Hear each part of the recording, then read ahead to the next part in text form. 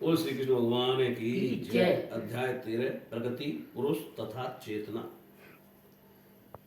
अर्जुन ने कहा, हे कृष्ण, मैं प्रकृति एवं पुरुष, भोक्ता, क्षेत्र एवं क्षेत्रज्ञ तथा ज्ञान एवं ध्येय के विषय में जानने का इच्छुक हूँ। श्री भगवान ने कहा, हे कुंती पुत्र, यह शरीर क्षेत्र कहलाता है और इस क्षेत्र को जानने वाला क्षेत्रज्ञ है।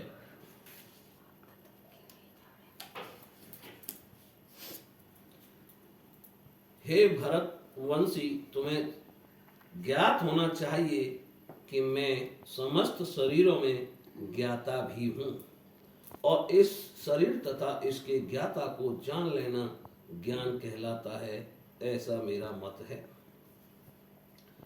अब तुम मुझसे यह सब संक्षेप में सुनो कि कर्म क्षेत्र क्या है, यह किस प्रकार बना है, इसमें क्या परिवर्तन होते हैं, यह कहाँ से उत्पन्न होता है, इस कर्म क्षेत्र को जानने वाला कौन है और उसके क्या प्रभाव है और उसके क्या प्रभाव हैं। विभिन्न वैदिक ग्रंथों में विभिन्न ऋषियों ने कार्यकलापों के क्षेत्र तथा उन कार्यकलापों के ज्ञाता के ज्ञान का वर्णन किया है। इसे विशेष रूप से वेदांत सूत्र में कार्य कारण के समस्त तर्क समेत प्रस्तुत किया गया है।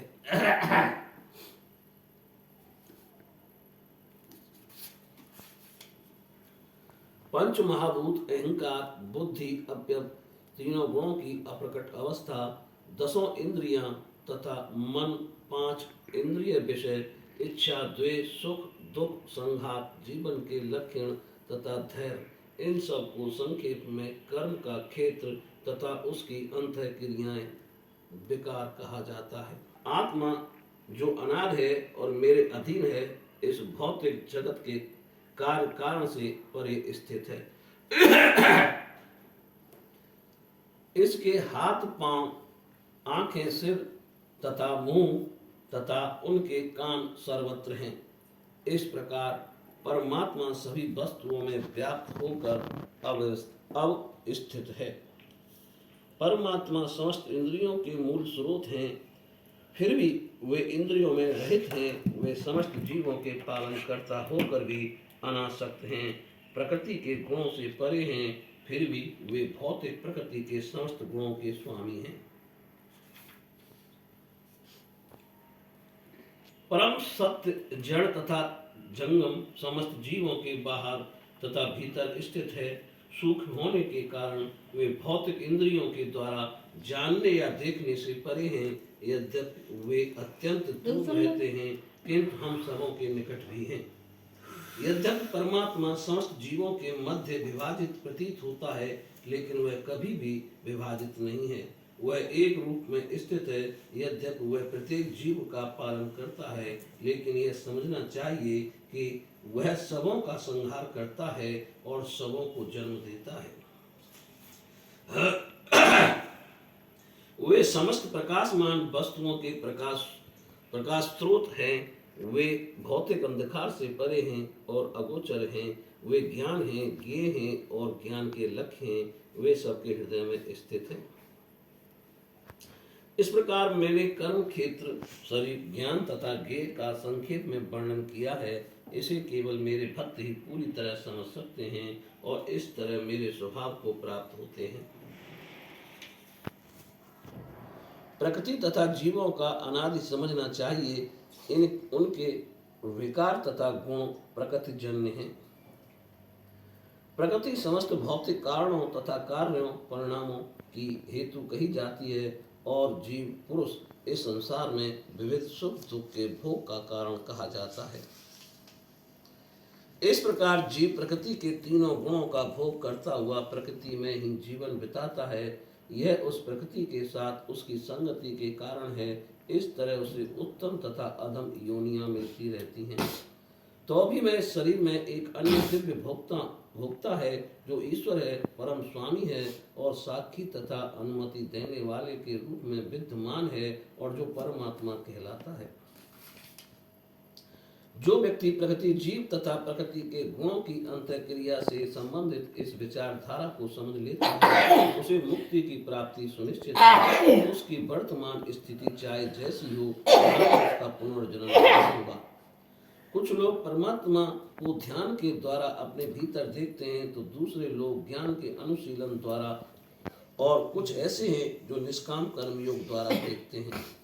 ऐसे भी लोग हैं जो यद्यपि आध्यात्मिक ज्ञान से अवगत नहीं होते, पर अन्यों से परम पुरुष के विषय में सुनकर उनकी पूजा करने लगते हैं। वे लोग भी प्रमाणिक पुरुषों से श्रवण करने की मनोवृत्ति होने के कारण जन्म तथा मृत्यु के पथ को पार कर जाते हैं। हे भरतवंशियों में श्रेष्ठ, यह जान लो कि चर तथा अचर जो भी तुम्हें अस्तित्व में दिख रहा है, वह कर्म क्षेत्र तथा क्षेत्र के ज्ञाता का संयोग मात्र है। जो परमात्मा को समस्त शरीरों में आत्मा के साथ देखता है, और जो यह समझता है कि इस नश्वर शरीर के भीतर ना तो आत्मा है ना ही परमात्मा कभी भी विनष्ट होता है, वही वास्तव में देखता है। जो व्यक्ति परमात्मा को सर्वत्र तथा प्रत्येक जीव में समान रूप से वर्तमान देखता है, वह अपने मन के द्वारा अपने आप को भ्रष्ट नहीं करता। इस प्रकार वह दिव्य गंतव्य को प्राप्त करता है। जो यह देखता है कि सारे कार्य शरीर द्वारा किए जाते हैं, जिसकी उत्पत्ति प्रकृति से हुई है, और जो देखता है कि आत्मा कुछ भी नहीं करता, वही यथार्थ में देखता है। जब विवेकवान व्यक्ति विभिन्न भौतिक शरीरों के कारण विभिन्न स्वरूपों को देखना बंद कर देता है, और यह देखता है कि किस प्रकार से जीव सर्वत्र फैले हुए हैं, तो वह ब्रह्म बोध को प्राप्त होता है। शाश्वत दृष्टि संपन्न लोग यह देख सकते हैं कि अविनाशी आत्मा दिव्य, शाश्वत तथा गुणों से अतीत है। हे अर्जुन, भौतिक शरीर के साथ संपर्क होते हुए भी आत्मा ना तो कुछ करता है और न लिप्त होता है। यद्यपि आकाश सर्वव्यापी है, किंतु अपनी सूक्ष्म प्रकृति के कारण किसी वस्तु से लिप्त नहीं होता। इसी तरह ब्रह्म दृष्टि में स्थित आत्मा शरीर में स्थित रहते हुए भी शरीर से लिप्त नहीं होता। हे भरत पुत्र, जिस प्रकार सूर्य अकेले इस सारे ब्रह्मांड को प्रकाशित करता है, उसी प्रकार शरीर के भीतर स्थित एक आत्मा सारे शरीर को चेतना से प्रकाशित करता है। जो लोग ज्ञान के चक्षुओं से शरीर तथा शरीर के ज्ञाता के अंतर को देखते हैं और भव बंधन से मुक्ति की विधि को भी जानते हैं, उन्हें परम लक्ष्य प्राप्त होता है। बोलिए श्री कृष्ण भगवान की जय।